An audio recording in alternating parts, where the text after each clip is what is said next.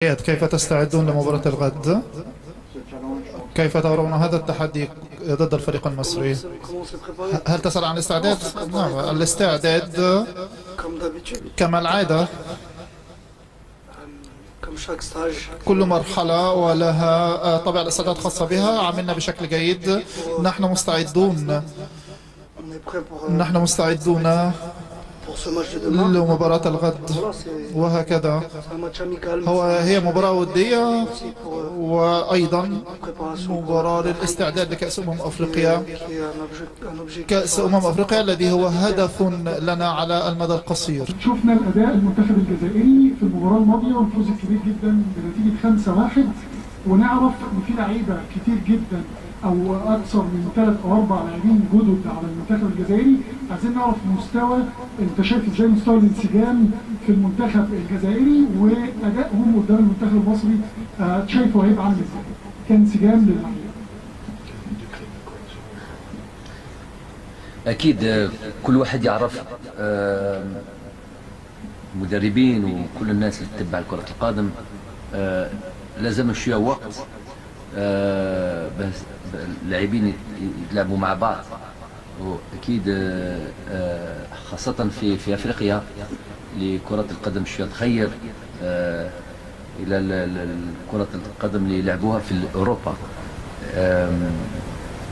على هذا الشيء لازم نكون صبروا شوية مع هذوك اللاعبين، وأكيد رايحين يدخلوا شوية وشوية في المجموعة، وإن شاء الله بالوقت وبالخبرة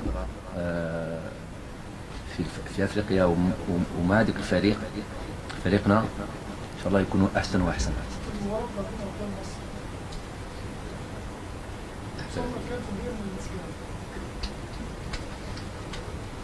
Quel degré de cohésion في الماتش؟ يسأل عن ظروف هذه المباراة. ممكن ولا واحد يلعب، ممكن إلا يلعبوا ولا احنا نكونوا متأكدين اللي يكونوا في المستوى ويكونوا يلعبوا ضد فريق كبير نفس مصر. ان شاء الله نتمنى لهم التوفيق، وان شاء الله يكونوا ان شاء الله في احسن وقت في المستوى مطلوب. سؤال واحد واخير. السلام. عشان نسمع حضرتك معنا قناة كبيرة كوتش، شفناك في مختلف الندوات الصحفية سابقا. وأظن plusieurs conférences de presse, vous avez parlé de l'Égypte et de cette bonne nation de football. C'est aussi important de jouer contre. شاهدناك في مؤتمرات صحفية سابقة تتحدث عن منتخب مصر باعتبارها أمة كبيرة في كرة القدم. هم حصلوا على لقب أفريقيا عدة مرات. هل تراها المباراة في الإطار الودي أم؟ الكوتش طبعا دائما ما أراد اللعب ضد هذا المنتخب القوي جدا، وهل هو معيار حقيقي من أجل التحضير الجيد لكان كأس إفريقيا؟ هل أجيب بالفرنسية؟ حسنا، سوف أتحدث بالفرنسية. نعم، قلت ذلك عدة مرات. هي مباراة ودية، ولكن هذا الفريق المنتخب المصري لعبنا ضد الفرق الكبرى في أفريقيا، وعدة مرات لعبنا ضد مصر، ولكن كنت أتمنى ألعب ضدهم في هذه المرحلة. هذا كان حلم بالنسبة لي وبالنسبة للاعبين. كنت أتمنى أن أذهب إلى القاهرة وأن ألعب هناك. هذا هو أمر جيد للعديد من الأسباب. قلت ذلك إلى اتحاد الكرة الجزائري أكثر من مرة، طلبت منهم أكثر من مرة أن ألعب ضد منتخب مصر، ولكن للعديد من الأسباب لم تجرى المباراة للأسف.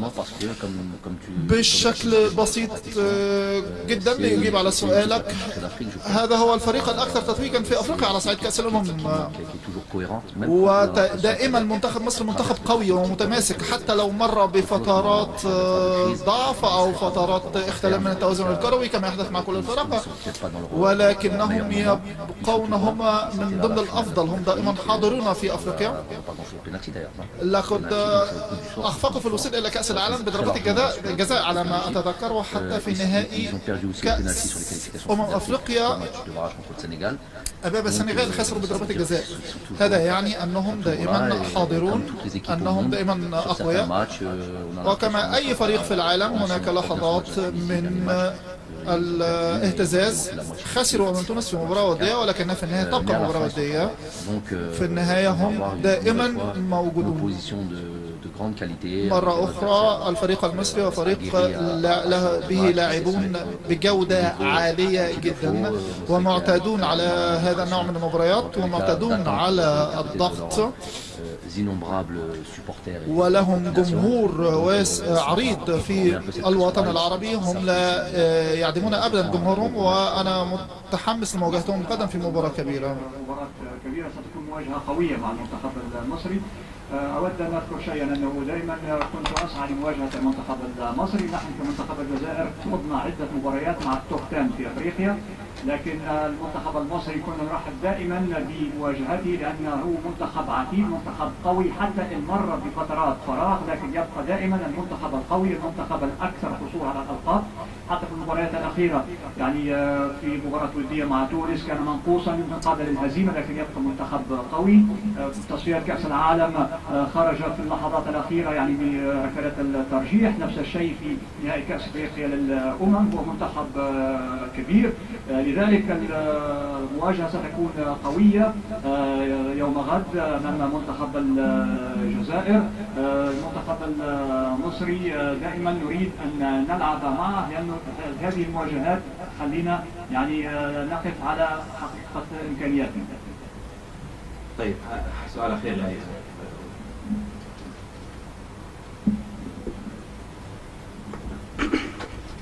أيضا مصطفى قناة أون. سؤالي للكابتن جمال، دايما الدربيات العربية بتشهد إثارة شديدة جدا، ندية، سعي لتحقيق الفوز حتى وإن كانت في لقاءات ودية، ولكن إقامة اللقاء في هذا التوقيت وتحت شعار معسكر الأشقاء، هل ممكن يجعل اللقاء في ظل روح ودية شوية وروح فيها بعض المحبة وطبعا التأخي ما بين الفرقتين؟ سؤالي كابتن رياض، إذا كان رحيله من البريمير ليج ومانشستر سيتي إلى الدوري السعودي وهو أقل طبعا من حيث الضغوطات، ممكن يخليه أكثر تركيزا مع منتخب الجزائر في الوقت الحالي.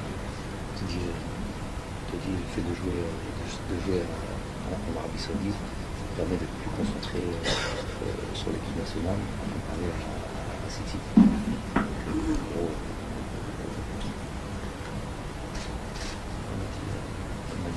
English, French. أجيب بالإنجليزية عن الفرنسية. English? حسنا، سأتحدث بالإنجليزية. No, there's no difference. لا يوجد فرق حينما ألعب في مانشستر سيتي أو في السعودية في مسألة التركيز مع المنتخب الوطني. من الأهمية بمكان وشعور جيد أن تلعب للمنتخب بلادك الوطني، سواء كنت تلعب في أوروبا أو في الشرق الأوسط. التحدي دائما نعم هو صعب في الدوري الإنجليزي، هذا فرق كبير التواجد في الدوري الإنجليزي، ولكن أنا ما زلت صغيرا وأزلت أشعر أنني لدي الكثير لأعطيه ومستعد للكثير ولدي الكثير من الدوافع لمساعدة منتخب بلدي لمحاولة تحقيق الوصول لأفضل ظروف ممكنة في المسابقات الكبيرة وفي المباريات الكبيرة. كأس أفريقيا المقبلة هو هدف بالنسبة لنا ويبقى أمر مهم بالنسبة لي ولزملائي، ونحن جوعى لتحقيق المزيد من النجاح والأمور الإيجابية. after هذا هو الشيء الأهم بالنسبة لي، وسوف نرى إن شاء الله. كابتن جمال وكابتن رياض مشاكل وصول اعتذر. تفضل كابتن. أنا الفلسفة اللي عندي في كرة القدم هي دائما روح رياضي. إلى أنا عارف على التاريخ بين الفريقين. آخر مرة لعبنا كانت في 2010 درمان. هذه تاريخ، والبلدان يبقاو بلدان قوة. وكرة القدم هي الرياضة، ماشي حرب. أكيد فيها حماس، أكيد هي كلاسيكو تاع أفريقيا، الشمال أفريقيا. هذه ما في با كونتراديكسيون، ما في نقاش بين هذا الشيء. أكيد بكرة نكونوا إن شاء الله يكون الحماس في الملعب. حنايا ولا مصر نعرفهم، هما حتى هما عندهم هذا الروح، وعندهم روح القتال.